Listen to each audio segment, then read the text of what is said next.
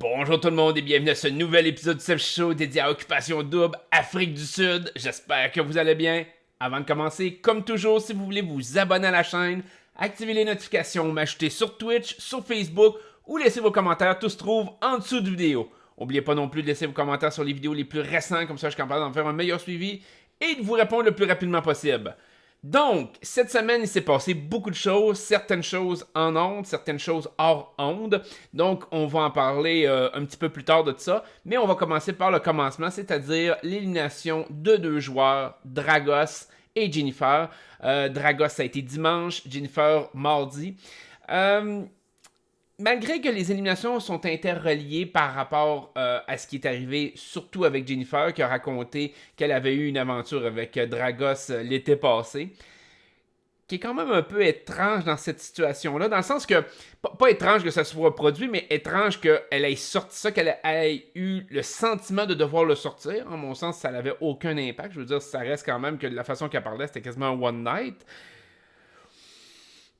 Qu'elle ait senti le besoin d'en discuter, puis dans le fond, quasiment de ruiner sa game pour ça. Je trouve ça un peu ridicule, en tout cas, côté stratégique, émotionnel, je peux pas me mettre dans sa tête. Mais surtout, ce qui est dommage, c'est beaucoup l'impact que ça a eu sur Dragos. On a vu que je pense que globalement, ce n'est pas nécessairement que ça a changé la perception des filles par rapport à Dragos. Mais Dragos, au lieu de surmonter cette étape-là et de passer à autre chose, d'essayer de pousser en avant, il s'est simplement affaissé. Donc, sincèrement, c'est dommage ce que je vais dire, mais j'ai l'impression que Dragos est un joueur faible dans ce contexte-là. Du moins, advenant que son but était vraiment de remporter la victoire. On s'entend qu'il y a des gens, des fois, qui participent à des téléréalités, puis ils veulent pas nécessairement nuire à leur honneur à l'extérieur du jeu pour un prix en argent. Ce que je respecte amplement, il n'y a pas de problème avec ça. Et peut-être que Dragos voyait que il avait plus sa place dans le jeu. Il voulait pas jouer une game pour se rendre plus loin, pour remporter la victoire. Et il se sentait un petit peu plus à l'aise de se faire éliminer que d'essayer, genre, de façon désespérée, à reprendre le dessus sur la situation causée par Jennifer. Parce que Dragos, quand j'ai vu l'épisode, j'ai eu cette impression-là de me dire Dragos a pas rien risqué, il a pas essayé, il s'est reclus un peu plus dans son coin, on l'a vu au party, il a rien tenté. D'un autre côté, avec ce qu'on a entendu par la suite, Dragos semblait vouloir partir. Il était plus dans le mood de vouloir rester dans l'aventure. Puis je connais un petit peu ce sentiment-là quand même, de faire partie d'une aventure où tu te dis My God, mais où c'est que ça s'en va? Moi, dans à Love Story 4, entre autres, dans les 3 premières semaines, alors que j'avais pas été encore nominé, je me suis posé ce genre de questions-là, de me dire Hey man, peut-être que ça fonctionne pas du tout, mon enfant. Puis le doute t'assaille. Le doute commence à te prendre et te dire Mon Dieu, je fais-tu la bonne affaire? Ça fonctionne-tu? Je suis-tu sûr de. Et tu te remets en doute, tu te dis peut-être que je suis en train de scraper complètement mon image à l'extérieur et finalement je vais me faire planter ben raide. Et arrive le doute de dire peut-être que de me faire sortir, ça serait ce qui serait le mieux. Et je pense que c'est cette réflexion-là que Dragos a eu, contrairement peut-être à d'autres joueurs comme moi, qui ont comme non, j'ai confiance en ce que je fais, j'ai confiance en où ce que je m'en vais, je pousse en avant. Dragos, lui, de son côté, le doute l'a simplement cassé. Et c'est dommage, mais de toute façon, malheureusement, vu qu'il n'avait pas pris les risques, même si l'histoire... Je pense que l'histoire de Jennifer lui a vraiment cassé les deux jambes, il n'a pas été capable de se relever après ça. C'est niaiseux comme ça. Des fois, il arrive un petit événement, et on l'a vu dans le cas de Kevin, de Chris, quand ils reçoivent des événements, souvent, ils essaient de les surmonter, ils confrontent, ils vont en avant. Dragos, c'était pas ce genre de personnalité-là. Et il s'est laissé écraser. Et il s'est laissé éliminer. Dans le fond, c'est un petit peu ça. Fait que, sauf que s'il se sent à l'aise d'avoir été éliminé de cette façon-là, ben, tant mieux. S'il se sentait mieux, comme il a dit lors de son départ, il y avait un poids de moins sur les épaules en se faisant éliminer. Ben, je lui souhaite la meilleure des chances à l'extérieur. Il n'y avait pas cette résilience-là pour passer par-dessus cet événement-là. Puis l'événement lui pesait lourd. Alors, à ce moment-là, je comprends très bien sa réaction de s'être de simplement avoir jeté la serviette puis d'avoir attendu son élimination. Contrairement à Chiari, lui de son côté, avec Alexandre, il a vraiment poussé la machine. Il a voulu faire profiter au maximum de son voyage. Il a tissé des liens avec Alexandre, alors que Chiari était beaucoup plus en danger, en mon sens, que Dragos au départ. Chiari, lui, a tenté quelque chose, a essayé. On peut dire que par contre, Chiari a eu l'occasion d'essayer, ce que Dragos a peut-être pas eu tant que ça. Il aurait pu quand même au partant, à mon sens, mais c'est certain qu'il n'a pas eu un voyage pour se baquer. Chiari a eu cette chance-là et Chiari a sauté sur cette occasion. C'est plate, mais Chiari a mieux joué sa game si on considère game pour game. Mais encore là, comme je vous disais tantôt, ça ne veut pas nécessairement dire que Dragos voulait jouer cette game-là. Jennifer, bien évidemment, toute la situation avec Dragos a nuit à ses réputations envers les gars. La façon que ça a été dealé, c'était un peu tout croche. Je dis pas qu'elle a pas été sincère, mais ça a été tout croche quand même. Et Jennifer, malheureusement, elle, de son côté, comment je pourrais dire ça, donc? C'est l'erreur que plusieurs filles font, malheureusement, de s'accrocher à des gars qui se calissent d'elle. C'est une erreur assez commune. Je pense que toutes les filles que je connais ont toutes déjà vécu ça au moins une fois. S'accrocher à un gars, dans le fond, qui se fout éperdument d'elle, qui les utilise. Des fois, c'est pour le sexe, des fois, c'est simplement pour se matcher avec une de leurs amies de filles ou peu importe. Puis la fille, elle voit rien aller. Jennifer, par rapport à Kevin, définitivement qu'elle a été complètement... je veux dire, que ça se fasse 2 ans, 3 ans, 4 ans qu'elle court après Kevin, je pense que, à ma connaissance, à un moment donné, il faut que tu sois capable de te raisonner et de te dire, écoute, ça peut faire un bout que j'essaye, mais tu sais, quand tu es rendu à calculer ça en termes d'années, c'est parce que tu te dis, écoute, c'est pas fait pour arriver non plus. Il y a des éléments extérieurs qui peuvent expliquer les choses. Je veux dire, c'est certain que ça s'essayait avec alors qu'il était en couple, ben là, c'est une autre histoire. Mais, globalement, pas de ce que j'en comprends de la situation. Fait que je pense que Jennifer a beaucoup de tort dans la situation. On peut sympathiser avec elle parce que ça a été fait, je crois, de bonne foi sur tous les tableaux. Le fait qu'elle a rencontré par rapport à Dragos, ses sentiments par rapport à Kevin, la façon qu'elle a dealé avec toutes ces émotions-là et toutes ces situations-là, mais ça a été fait tout croche. Fait que, est-ce que c'est une bonne joueuse? Non. C'est une joueuse exécrable. Est-ce que c'est une bonne personne? J'oserais croire que oui. Malheureusement, dans un jeu comme ça, ben, il faut que tu saches un petit peu jouer tes cartes à ton avantage au minimum. Ça veut pas nécessairement dire que tu as besoin d'être méchant ou d'être manipulateur ou d'être crosseur de toutes les façons possibles, comme moi je l'ai été. mais faut quand même que tu sois capable de dealer les situations en te posant la question de dire est-ce que c'est à mon avantage de dire telle chose ou de poser tel geste? Et dans ce cas-là, malheureusement, Jennifer n'a pas été capable, donc elle a subi aussi l'élimination. Par contre, Jennifer, ben là, il y a beaucoup de rumeurs. Elle n'est pas revenue au Québec. Du moins, on n'a pas entendu parler d'elle au Québec, comme de quoi elle a été pour faire ses entrevues, pour rencontrer, dans le fond, pour faire son PR d'après OD. Donc, évidemment, il y a toujours des rumeurs de dire est-ce que c'est possible que la deuxième maison des gars ait un impact et ramène Jennifer? Est-ce qu'il va y avoir une twist qui va faire en sorte que Jennifer revienne? Je dirais que vous pouvez pas juste ramener Jennifer. Il faut quand même qu'il y ait un sentiment minimal de choix par rapport aux gars. Donc, est-ce que ça veut dire que Keisha, entre autres, pas Trudy, excusez-moi, Kate, je suis dans une autre section de mon speech, mais Kate, Jennifer et peut-être une autre fille, je penserais pas une autre fille, mais peut-être une autre fille, étaient ensemble et que finalement les gars de la deuxième maison ont choisi une de ces filles-là de revenir, puis Keisha et Kate en ont juste pas parlé jusqu'à maintenant. C'est possible, ou est-ce que le choix va se définir entre Jennifer et la prochaine fille éliminée? C'est possible aussi. Est-ce que c'est un coup de marketing qui attend que Jennifer se fasse sortir puis fait des entrevues à 2 filles? C'est dur à dire. J'ai l'impression qu'avec toute l'énergie qu'ils ont mis sur Jennifer, ne pas la ramener dans le contexte où ce qu'on l'a pas vu lors de son élimination, je trouve ça un peu bizarre, sincèrement. Objectivement parlant, si je parle de la production, connaissant la production, puis le trip de faire des twists, ils ont fait la twist de la deuxième maison par rapport aux filles, puis j'ai l'impression qu'ils vont répéter la même twist par rapport aux gars.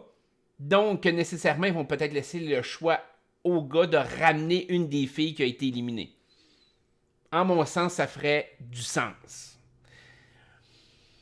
Fait que je sais pas, là présentement, avec l'élimination qu'il va y avoir dimanche, il va y avoir eu 4 filles d'éliminer. Est-ce que le choix va se faire entre ces 4 filles-là? Est-ce que ça va se faire entre les 2 dernières filles éliminées? Je l'ignore. Ça, c'est dur à dire. À mon sens, Kate et Keisha sont tellement éliminés depuis longtemps. J'ai l'impression que le choix va se faire entre Jennifer et la prochaine éliminée. Sincèrement, ça serait peut-être plus ça qui aurait une certaine logique. Mais on va voir.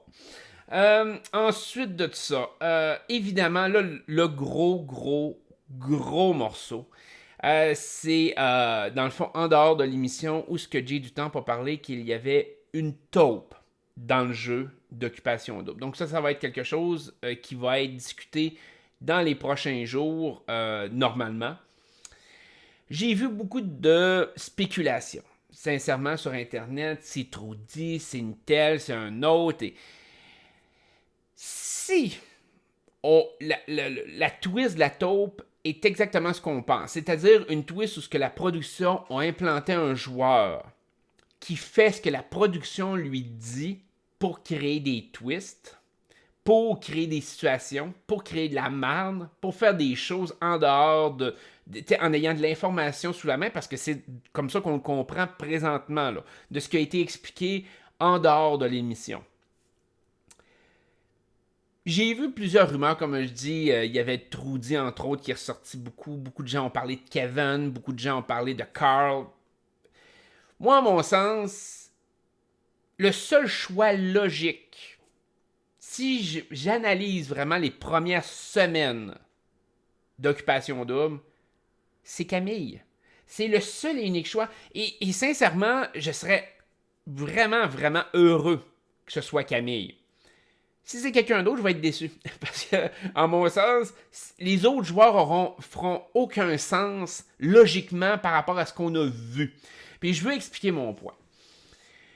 Camille est le stéréotype parfait de la joueuse un peu épaisse qui participe à une télé-réalité comme Occupation Double. Ce que je veux dire là-dedans, c'est... Elle est arrivée sur le tapis rouge, c'est comme « Ah, regardez mes fesses! » Puis regardez, tu sais... Puis elle a tellement un aspect superficiel qu'elle met de l'avant que ça sonne faux. C'est une fille que quand elle discute, elle semble intelligente, elle semble avoir un bon emploi, et elle irait à la télévision pour faire un peu une folle d'elle, puis avoir l'air de la fille facile. Je sais pas, il y a de quoi qui marche pas là-dedans. Sauf que je veux pas arrêter ma réflexion là. Ok, ça c'est l'aspect de dire, au début j'ai trouvé ça un peu étrange, mais ça pouvait être ce genre de fille-là, puis j'aurais pas jugé, c'est correct, c'est son genre de fille, c'est ce genre de fille-là, et elle aurait fait ses choses, puis y a pas de problème. T'as le droit, ma fille, t'as le droit. Mais il y a d'autres éléments qui ont embarqué qui m'ont fait me questionner durant les dernières semaines. Et la première des choses que j'ai pas compris de Camille, quand il y a eu l'activité, le voyage, où est-ce que, dans le fond, Claudie est partie en voyage avec Mathieu, Camille s'est fait offrir un pouvoir par la production. Qu'on le veuille ou non, c'est un pouvoir qu'ils lui ont donné. Il faut pas oublier que Camille n'a pas été choisie au hasard pour ce voyage-là. Camille a été choisie par la production. Claudie Mathieu aussi. Et donc, quels étaient les risques, la probabilité à ce moment-là que Mathieu choisisse Camille au-dessus de Claudie, bien sincèrement? Les risques étaient presque nuls. C'était presque un 100% sûr que Mathieu allait choisir Claudie. Je veux dire, c'était logique. Donc, d'infliger ça à Camille, ça pouvait avoir l'air d'un rejet. Mais qu'est-ce qui vous dit que c'était réellement le cas? Moi, à mon sens, Camille a été plantée là pour obtenir le pouvoir de voler une activité. Parce que quoi de mieux que de donner du pouvoir à la taupe. C'est ce que tu veux. Ultimement, c'est ce que tu veux. Tu veux donner des outils à ta taupe, tu veux donner des outils pour ton joueur qui est infiltré à utiliser pour créer de la merde, pour créer des situations catastrophiques, pour créer des conflits, pour créer des choses à l'intérieur des maisons. Et si c'était juste d'avoir obtenu le pouvoir, un pouvoir qu'on n'avait jamais vraiment vu, je pense, en tout cas pas à ma connaissance d'Occupation Double, là est arrivé le deuxième événement qui faisait aucun sens dans ma tête. Le pouvoir de Camille lui permettait de voler une activité, voler un pouvoir ou voler un voyage à quelqu'un. Dans le fond, son pouvoir était quasi illimité. Qu'est-ce que Camille a fait avec? Elle a volé une simple activité. La fille qui semble super brillante, qui est en charge de plein de gens, qui est une gestionnaire en informatique, a décidé que de toutes les choses qu'elle pourrait voler, elle a simplement volé une petite activité banale à une autre fille qu'elle ne connaissait pas.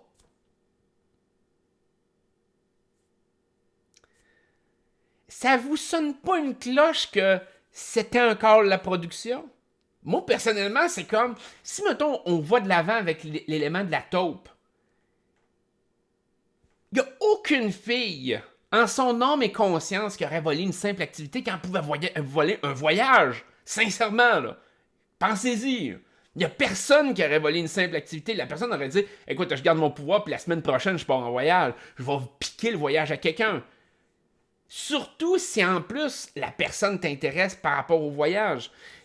Où tu gardes cette carte-là dans tes manches pour dire, écoute, s'il arrive, il y a une immunité, il y a quelque chose, au moins, il y a une possibilité de voler quelque chose d'important. Non, Camille, dès la première activité qui passe, elle utilise son pouvoir comme si elle avait même pas réfléchi à l'utilisation de son pouvoir.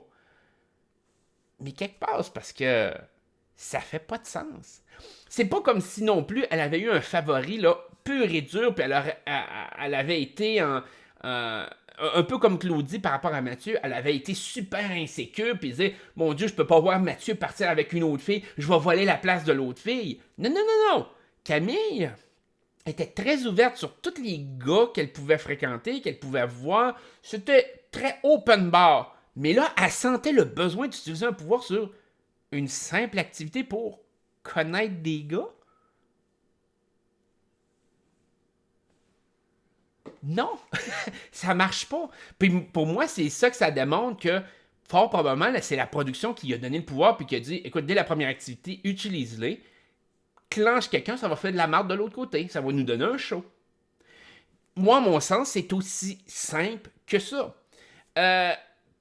Ensuite de ça, écoutez, il y a plein de choses comme ça. Tu sais, tout son côté, il n'y a pas plus flirty que Camille. Puis oui, elle s'est exposée avec Kevin. Mais à part de ça, elle flirte quand même open bar avec quasiment tous les gars. Tu sais, elle les influence. Même la preuve, Carl, comment qu'elle juge? Ah, t'es mon allié, t'es mon complice, t'es mon messager. Super stratégique. Comme exactement une joueuse qui voudrait faire de la merde ferait dans un jeu comme ça. Tout son flirtage fait en sorte qu'elle survit très bien sans nécessairement se compromettre sur ce qu'elle veut vraiment. Kevin est peut-être une exception là-dessus, puis elle est peut-être ouverte à arriver à embrasser les gars, mais si c'est fait de façon stratégique, elle ne dépassera pas une certaine limite. On l'a vu avec Carl dans Maison de l'amour.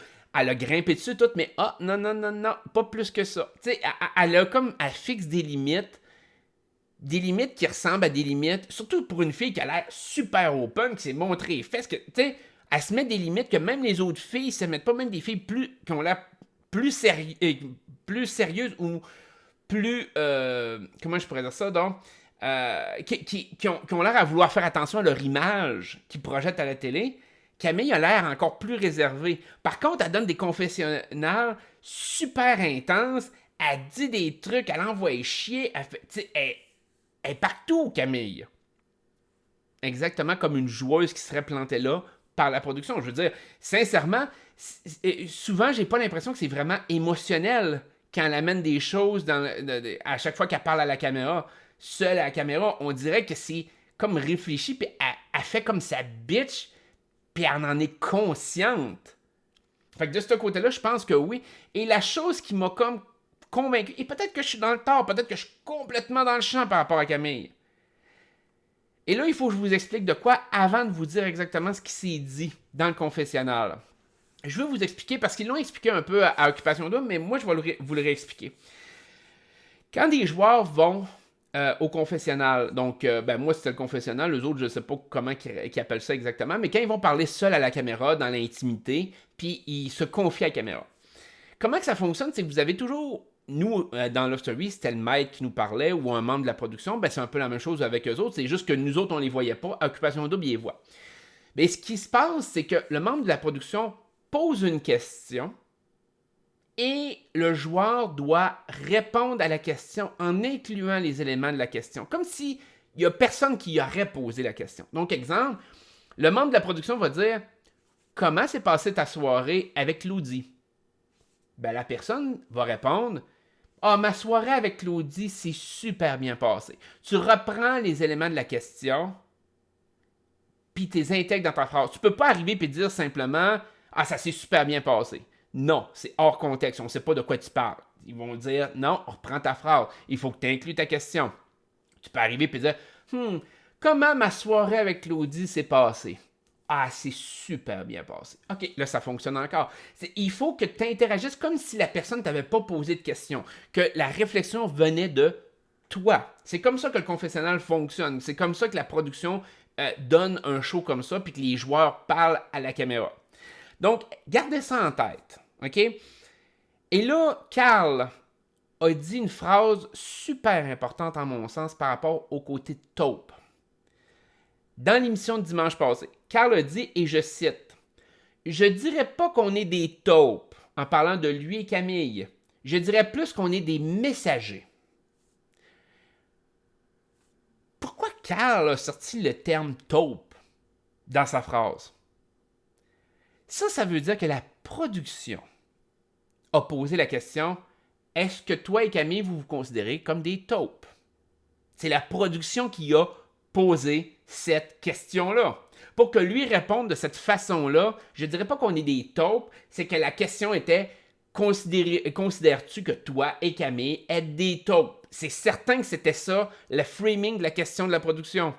Pourquoi la production poserait une question sur « Vous êtes des taupes? » En aucun moment, Carl ou Camille a sorti le terme taupe en parlant d'eux-mêmes. Pourquoi la production en parle? C'est parce que fort probablement qu'un des deux l'est. Je veux dire, c'est un peu... C'est un genre de truc psychologique que la production essaye de jouer pour dire, t'as-tu l'impression que... Pour mettre un petit doute dans l'esprit. Carl a répondu comme ça. J'ai pas l'impression que Carl serait la taupe dans la situation. Peut-être que oui, c'est possible, mais j'ai pas cette sensation-là. Par contre, Camille fit très bien avec cette description-là. Tous ses agissements, sa façon d'être, super stratégique, elle réfléchit à ce que les autres vont faire, comment qu'elle essaye de convaincre les filles, comment qu'elle essaye de convaincre les gars, comment qu'elle joue dans la tête des gars. Et la façon même qu'elle essaie de conserver un peu Kevin. Parce que Kevin, aux yeux de la production, est un élément important du show. En tout cas, du moins, on a la sensation que les producteurs ont ce sentiment-là par rapport à Kevin. Donc, Camille se rapproche de lui. Ce qui fait en sorte que, en mon sens, ça ne veut pas dire qu'elle ne s'intéresse pas à lui.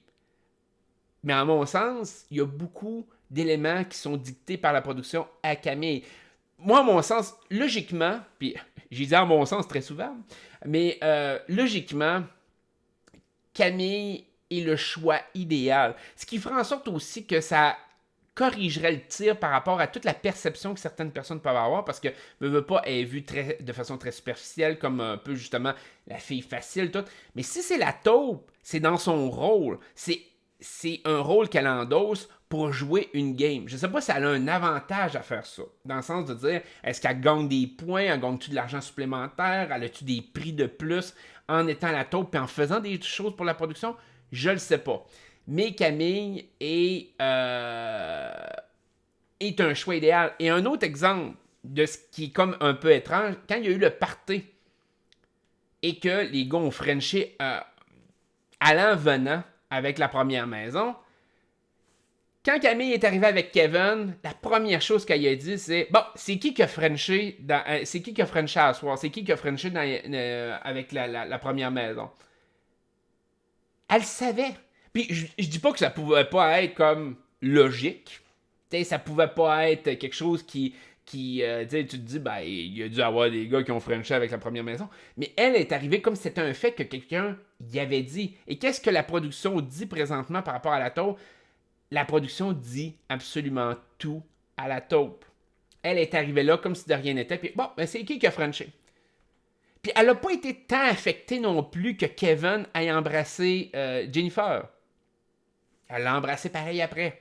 C'est comme, tandis qu'on a vu le sentiment un peu plus normal d'une autre fille comme Ophélia qui, oh non, t'as embrassé Paulina. Non, regarde, ça se fera pas à soir. Tu sais, genre, non, je suis pas à l'aise. Tu sais, Camille, pas de problème, pas de trouble, moi, je t'embrasse, je te French, y a pas de problème. Et ça me donne trop cette vibe-là que Camille et la taupe est sincèrement remontée dans mon estime si c'est le cas. Si c'est une autre joueuse ou un autre joueur qui est la taupe, je vais être déçu. Je vais être déçu parce que je considère que côté gameplay, c'est la seule qui ferait du sens. Si c'est quelqu'un d'autre, je vais dire, mon Dieu, la twist de la taupe est donc bien mauvaise. c'est parce que j'ai pas l'impression que personne d'autre qui, on pourrait dire peut-être un peu Kevin, peut-être, mais il ne s'est pas démarqué outre mesure pour essayer de créer des choses. Mathieu est tellement prêt avec Claudie, ça sonnerait faux. Carrie, il a l'air trop émotionnel avec ses réactions par rapport à Kevin et tout. Il y a peut-être Chris qui pourrait faire un certain sens, mais côté fille, il n'y a personne d'autre dans mon sens. T'sais, Trudy, on l'a pas vu. T'sais, je veux dire, si on prend pour acquis que la twist de la taupe était intéressante et intelligente et que ça a créé de l'action jusqu'à maintenant, et non pas genre, ben, à partir de dimanche, maintenant, il va y avoir une taupe, là, ça change toute la dynamique. Mais si on prend en considération que la taupe est là depuis le début puis crée de la merde depuis le début, bon, à mon sens, c'est Camille. Il y a juste Camille qui est la possibilité, la seule et unique possibilité pour que ça soit une twist intéressante. Et comme je dis, ça ferait une certaine arc de rédemption par rapport à elle. Ça rendrait la joueuse extrêmement intéressante à suivre. Sincèrement, même moi, je serais comme... Camille est pas nécessairement là, une favorite dans ma tête, mais si elle devenait la taupe, sincèrement, oui. Là, je comprendrais toutes ses actions depuis le début, toutes ses réactions, toute sa façon d'agir dans toutes les situations. Puis peut-être quand elle pleurait à la caméra, peut-être qu'elle est super bonne pour se faire pleurer, puis que c'est tout du staging, et ça donnerait énormément de poids à sa personne, à son jeu. Et ça me ferait penser un peu au jeu que Eric a joué dans Big Brother 8 US, qui avait été aussi un joueur qui avait été implanté par la production, puis la production, il donnait des tâches à faire à toutes les semaines, puis évidemment, ben, les tâches étaient voté par le public, et le joueur était extraordinaire. Sincèrement, Eric était extraordinaire. Malheureusement, le public a donné des tâches qui le mettaient systématiquement dans la merde. Mais là, dans ce contexte-ci, c'est juste la production qui donne des tâches à Camille. Camille a le beau jeu pour voguer jusqu'à la fin facilement. Là. Camille comparé à d'autres filles, a pas tant de choses qui se passent autour d'elle et pourtant on la voit tout le temps. Fait qu'en mon sens, Camille répondrait très bien. On a même eu le cœur à cœur avec Camille le dimanche passé. C'est comme, on nous injecte du Camille all the way, genre sans arrêt, sans arrêt. Et c'est comme, pourquoi? Puis c'est pour ça que je vais aller dans cette direction-là. J'avais plein de choses aussi, plein d'autres notes par rapport à Camille, par rapport à ses agissements, par rapport à la façon qu'elle discutait avec les gars. Elle change ses histoires, mais ça semble toujours très intelligent. Elle modifie, elle dit juste ce qu'il faut pour que le gars lui fasse assez confiance. Elle essaye d'aller gruger de l'information le plus possible, mais avec l'information qu'elle gruge, elle crée de la merde, elle crée des distorsions chez les filles, des distorsions chez les gars. Je trouve que Camille répond très bien à la taupe. Donc, si j'avais à espérer une taupe dans OD, une twist de taupe vraiment bien montée, sincèrement, je dirais que c'est Camille. Si c'est pas elle, je vais probablement être comme devant mon écran dimanche, puis je vais faire comme quoi? Mais bon, ça c'est mon analyse. J'y vais avec Camille all the way. Je peux me tromper. J'espère que ça va être Camille. C'est elle qui répond le mieux à ce rôle-là. Ensuite de tout ça, j'ai une question j'ai un commentaire de quelqu'un qui avait laissé sur un des vidéos. Je vais finir juste la portion occupation double en premier avec, dans le fond, les joueuses qui sont en danger ce dimanche. Évidemment, en mon sens, ça va jouer entre Trudy, Paulina et Naomi. Naomi semble encore sécure.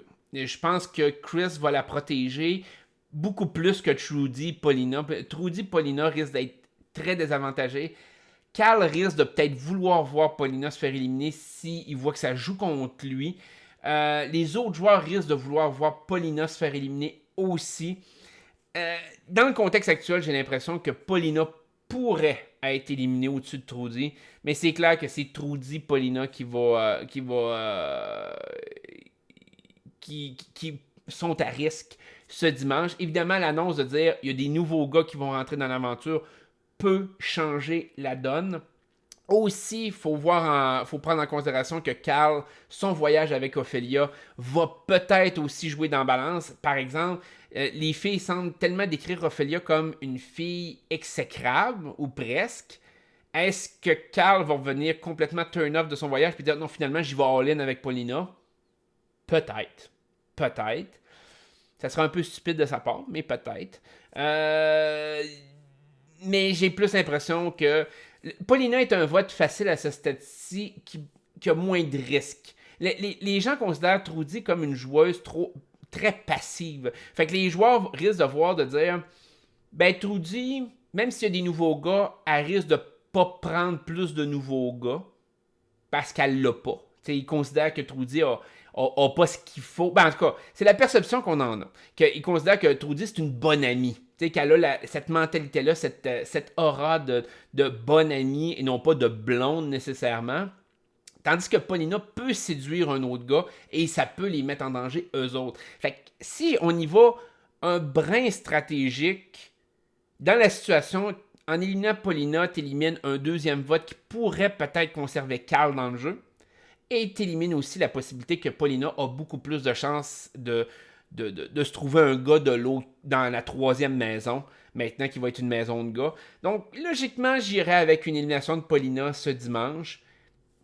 Mais Trudy est vraiment, vraiment dangereux aussi. Fait que, si on me disait le pourcentage de chances que Trudy parte au-dessus de Paulina, moi je vous dirais que c'est quasiment 51% versus 49%. Là. Fait que, ça risque d'être serré. Je pense que ça va être vraiment... Le voyage de Cal risque de sceller le destin de Paulina. Si Cal revient en disant qu'il y a un doute, qu'Ophélia, ça n'a pas marché, ça n'a pas cliqué, n'importe quoi, peut-être que Paulina a des chances de rester plus que Trudy. Fait que je pense qu'il va y avoir plusieurs éléments qui vont rentrer en ligne de compte, des éléments qu'on n'a pas sous la main. Un peu comme l'histoire avec Dragos la semaine passée. Je vous avais dit que Chiari était le moins bien positionné, mais que Dragos avait des chances de partir. Parce que je considérais que Chiari avait moins de chances de bien capitaliser avec Alexandre, avec ce qu'on avait vu de lui jusqu'à maintenant, versus Dragos qui avait été capable de créer des beaux liens avec tout le monde. Mais finalement, Dragos s'est écrasé et Chiari a shiné. Il a très bien fait avec son voyage avec Alexandre et dans son comportement général. Donc, nécessairement, Dragos devenait comme le seul choix. Ben, c'est un peu le même système avec Trudy et Paulina. Bon, finalement, je veux finir avec un commentaire de Monsieur Zombie Fan, qui, en fait, en réponse avec mon commentaire de la semaine passée, où ce que je disais que l'aspect physique rentrait moins en ligne de compte dans le sens pour les candidatures. Il y a plusieurs personnes qui me sont revenues un peu là-dessus aussi durant la semaine, parce que j'avais dit, la production est ouverte à rencontrer des joueurs, à rencontrer des candidats potentiels qui ont un physique plus différent. Dans le sens de dire des monsieur, madame, tout le monde, ou des gens avec plus de rondeur, ou n'ayant pas le visuel qu'on s'attend dans Occupation Double. Monsieur Zombiefan m'a écrit « Moi, je suis pas d'accord avec ton point de vue sur le physique des participants à une télé-réalité. Je crois que oui, c'est voulu que les filles soient minces et belles parce que ces vendeurs, on vit dans une société ultra superficielle où le corps et la beauté est mise de l'avant. Je crois que montrer madame, monsieur, tout le monde n'aurait pas le même impact côté finance et audience avec des personnes ordinaires. Le but de l'émission est de faire rêver les téléspectatrices avec des beaux gars, des belles femmes, un pays exotique et des voyages de rêve. Malheureusement, je crois que t'as tort. Ça a été démontré, je te dis pas que dans les années 80, 90, même début des années 2000, c'était pas un cas, c'était pas une cause que tu n'aurais pas pu défendre et bien la défendre. Aujourd'hui, c'est une cause qui non se défend pas bien. La raison est que ça a été prouvé que financièrement maintenant, de mettre de l'avant des gens plus ordinaires, ayant moins de le côté visuel, on pourrait dire, comme on a en tant que joueur-joueuse, devient plus lucratif pour les entreprises. Il y a des entreprises qui ont même changé leur façon de faire de la mode ou certaines choses parce que ça devient plus populaire et ça rapporte plus. Le meilleur exemple, même ici au Québec, à Luxury 4, je ne correspondais pas du tout au moule traditionnel de gars qui allaient à Occupation... pas à Occupation Double, mais autant à Occupation Double que Luxury. Et les codes d'écoute ont pété des scores cette année-là. Pourquoi? Parce que les gens s'associaient beaucoup plus à ma personne là-dessus. Il y avait plus de joueurs, on pourrait dire, normaux. Je pense même à Marilyn, qui était une jeune étudiante, qui n'avait pas le physique de rêve. Je pense à Karine. C'était la même chose. C'était des belles femmes, mais c'était pas les stéréotypes qu'on pense quand on pense de télé-réalité. Et c'est un peu le même mix, c'est que je veux que vous compreniez une chose. Il y a beaucoup. Moi, j'ai participé, puis j'en ai parlé un peu. Des fois, j'ai écrit, puis j'en ai parlé la semaine passée, mais je veux quand même mettre ça au point. J'ai participé à plusieurs castings de télé-réalité, autant en tant que personne qui s'assoit sur les bancs en attendant d'être passé, autant en étant derrière et pour la sélection des joueurs. Et très peu de gens qu'on peut... J'aime pas utiliser le terme normal, ok? Mais je pense que c'est un terme qui est facile à utiliser dans la situation de gens normaux, des gens que tu rencontres sur la rue, que tu rencontres à l'épicerie. T'as très peu de gens comme ça qui se présentent à ces auditions-là. La raison, c'est que, premièrement, il y a un parti pris de dire « Hey, gars, à Occupation Double, ils vont prendre juste des beaux gars pis des belles filles. » Fait que ça décourage beaucoup de gens déjà au départ de poser leur candidature. La deuxième des choses, faut quand même que tu te rendes dans cette aventure-là. C'est-à-dire que tu aies 3 mois de libre devant toi. Faut que tu aies assez confiance en toi pour aller te montrer devant tout le Québec pendant 3 mois de temps. Donc, les gens, tout le Québec va te voir sur le bord de la piscine, va te voir dans les activités, va te voir. Et ça prend énormément de courage. Sérieusement, ça prend énormément de drive, ça te prend énormément de volonté pour te présenter à des auditions comme ça puis te dire, écoute, pendant 3 mois de temps, je vais être scruté à la loupe. Là. Je vais être, tout le Québec va me voir, va me juger, va me critiquer, va rire de moi, Et il n'y a pas beaucoup de gens qui, avec un surplus de poids ou avec un grand nez ou avec des défauts physiques qui vont faire comme ben ouais, moi ça me tente d'aller me faire rire de moi à TV pendant 3 mois de temps. Il n'y a personne. Surtout s'ils ont l'impression, en plus, qu'ils ne seront même pas choisis par le sexe opposé. Ils veulent pas se risquer. Puis c'est comme ça. Je veux dire, c'est plate, mais c'est comme ça. Et ça veut pas dire que la production en veut pas. Mais elle n'a pas ce choix-là. Alors, les candidats que la production se ramasse, c'est des gens, justement, qui ont ce côté-là de faire comme moi, je suis beau. Moi, j'ai un six-pack. Moi, j'étais un beau bonhomme. J'étais une belle bonne femme. Puis moi, me montrer à la TV 24 heures sur 24, 7 jours sur 7 pendant 3 mois, ça me fait plaisir parce que c'est ça que je veux me faire voir. Et c'est ça qui est la différence là-dedans. Donc, les salles se pactent de monde comme ça, qui veulent se faire voir, qui veulent devenir influenceurs, qui veulent devenir artistes. Des gens qui sont à l'aise à se montrer. Donc, il faut que vous voyez ça que sur un crowd de 100 personnes, vous allez avoir à peu près 95 personnes qui vont avoir le même type de body, de visuel, de physique et de background. Ça va être des gars de bar, des mannequins, des barmaids. Ça va être des gens qui sont dans des domaines où qui peuvent prendre 3 mois de vacances, qui peuvent arriver se montrer, qui aiment se montrer. Et là, vous avez 5 personnes sur 100 qui sont un peu différentes, à différents degrés, qui se risquent. Mais là, t'as bien beau te présenter, faut que tu sois à l'aise, que tu sois pas gêné, et en plus, faut que tu donnes un bon show quand t'es casté, là. Faut que tu sois capable de te vendre, là. Faut que tu aies de la drive. Ben, statistiquement, c'est difficile. Tu joues contre les statistiques dans un tel contexte. Et c'est pour ça que, par exemple, j'ai beaucoup de critiques par rapport à Big Brother Québec qu'on a eu là une dizaine d'années. Mais une des choses que Big Brother Québec a bien fait, c'était un casting très diversifié. La différence là-dedans, c'est que le Big Brother Québec était axé sur, ou du moins était censé être axé sur la compétition et non pas le dating. Donc, on a eu des gens de diverses catégories, on a eu du monde casté qui répondait à différents types, puis c'était très diversifié. Très diversifié. Mais à OD, c'est de former des couples, le but. Et encore là, ça revient avec mon histoire de je suis contre ce genre de système-là. Parce que ça limite aussi tes horizons. Qu'on le veuille ou non, tu veux former des couples. Donc, le dernier aspect par rapport au casting, c'est qu'au-delà du fait que tu as très peu de gens normaux qui se présentent, moi, on dit que j'ai ça de dire normaux là-dedans, mais en tout cas, bref, qui se présentent, des monsieur, madame, tout le monde, qui se présentent aux auditions, de ces personnes-là, peut-être sur les 5 sur 100 qui se présentent, t'en as 1 sur 100 qui sont intéressantes. Et après ça, il faut que tu regardes avec ton casting en général de dire, cette personne-là sur 100, as-tu une chance de dater quelqu'un dans le cast? As-tu une chance de survie? Puis on l'a vu, comme avec Kate ou avec Keisha. Quels sont vos commentaires par rapport à ça? De dire, ouais, mais ces personnes-là n'avaient aucune chance, fait que pourquoi qu'ils les ont mis là?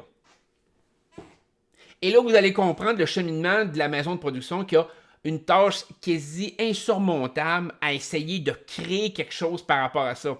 Et c'est pour ça que, de temps à autre, ils essayent d'embriquer quelqu'un de différent. D'autres nationalités, d'autres races, d'autres religions, d'autres couleurs de peau. Pourquoi? Parce qu'ils essayent de les intégrer en se disant « Ben, ça va peut-être emmener de la variété, ça va peut-être donner le goût à d'autres mondes de s'inscrire. » Mais ça y va goutte à goutte. C'est difficile. C'est ardu. Puis moi, je peux vous le dire parce que je l'ai vu de mes propres yeux. Je veux dire, moi, quand j'ai fait... Écoutez, quand j'ai fait le casting de Love Story, là, sincèrement, j'ai été à un moment donné dans une salle dans les premières séances d'audition. Puis c'était tout du monde exactement, là, on pourrait dire quasiment symétriques les uns envers les autres. C'était des gens qui étaient... quasiment pareils les uns les autres. J'avais personne. Moi j'étais complètement à part. Moi, j'étais l'extraterrestre dans la salle. Là. Il y avait personne qui. Il y avait personne d'autre qui se différenciait. Personne. Fait que c'est pour ça que je vous dis qu'à un moment donné, je comprends que la production va peut-être miser sur des gens qui paraissent bien un peu, qui sont, je pourrais dire, présentable pour la télévision, c'est-à-dire que ça fera pas genre tache dans le décor, des personnes qui prennent quand même soin d'eux autres, entre autres, des gens qui... Mais ils sont ouverts quand même à des gens qui sortent du moule. Mais si ces personnes-là se présentent pas leur candidature, ou ont même pas la persévérance. Il faut pas oublier que moi, avant d'être prêt à Love Story 4, j'ai quand même appliqué sur les 3 Love Story précédents. Là. Faut quand même un certain... faut quand même être boqué Je prends Geneviève qui a participé à Love Story 5. Elle avait fait les auditions. Elle avait envoyé sa candidature, je pense, pour les 4 autres saisons. Fait qu'elle l'a fait encore plus que moi. Fait que c'est pour ça que je vous dis, faut que vous preniez ça en compte. Je comprends l'aspect physique que vous pensez que c'est très vendeur. La réalité, c'est que maintenant, ça ne l'est plus. Pas que ça l'est plus du tout. Ça répond à certains critères de certaines personnes, mais les codes d'écoute sont meilleurs quand c'est du monsieur, madame, tout le monde. Ça rajoute un crowd sur le tas. Évidemment que la production va toujours prendre quelques gars de bar, des gars qui paraissent bien, qui vont vouloir faire le party, ça risque de dégénérer. Même chose avec les filles, ils vont essayer de prendre des belles filles ici et là. Mais la production serait probablement ouverte à intégrer d'autres types de personnes, mais il leur faut quand même les candidats pour les sélectionner. Donc, j'espère que cette vidéo-ci vous a plu. Dimanche, j'y vais présentement avec Paulina, mais avec une très grosse chance que ce soit Trudy qui se fasse éliminer. Ça joue vraiment entre les deux. Sinon, la taupe, on va y aller avec Camille. J'espère pas faire un fou de moi et que ça soit genre Kiari. J'ai comme. En tout cas. Ou Trudy. Moi, j'étais comme. Hein? Même si elle a eu le deuxième plus grand nombre de votes au Québec, puis ça pourrait être un aspect, mais je trouve qu'elle fait tellement rien que. En tout cas, si c'est la taupe, ça serait ennuyant, ça n'aurait pas de maudit bon ça. Fait que bref, je vais vous laisser là-dessus. Je vous souhaite une excellente journée. Prenez soin de vous autres, puis on se dit à la prochaine. Bye bye.